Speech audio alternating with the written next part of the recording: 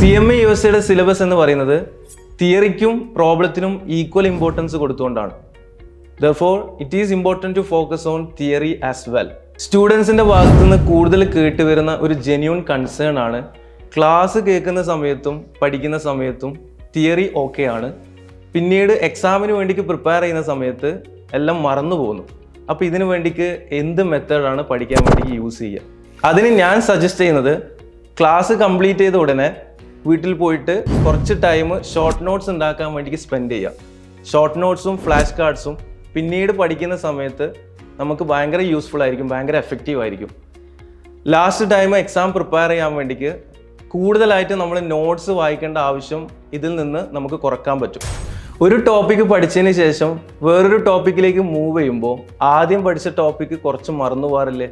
അത് നോർമലാണ്, എല്ലാ സ്റ്റുഡൻസിനും ഈ പ്രോബ്ലം ഉണ്ടാവാറുണ്ട്.